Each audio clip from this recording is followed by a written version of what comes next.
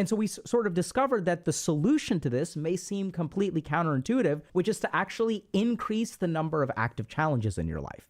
And if you're skeptical of that, it makes perfect sense because it is counterintuitive, but there's actually really good data to back this up. And we kind of discovered this principle in the most bizarre place, which is with eating disorders.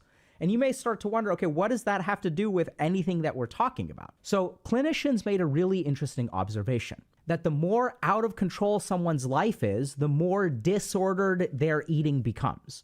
So if you take someone with an eating disorder and you hospitalize them against their will, and you sort of, let's say they get hospitalized for an addiction problem, what you'll sort of find is that now that I can't control my usage, my eating disorders actually get worse. Another situation is that when people with eating disorders get into a emotionally neglectful situation or their parents are very controlling, their disordered eating gets worse.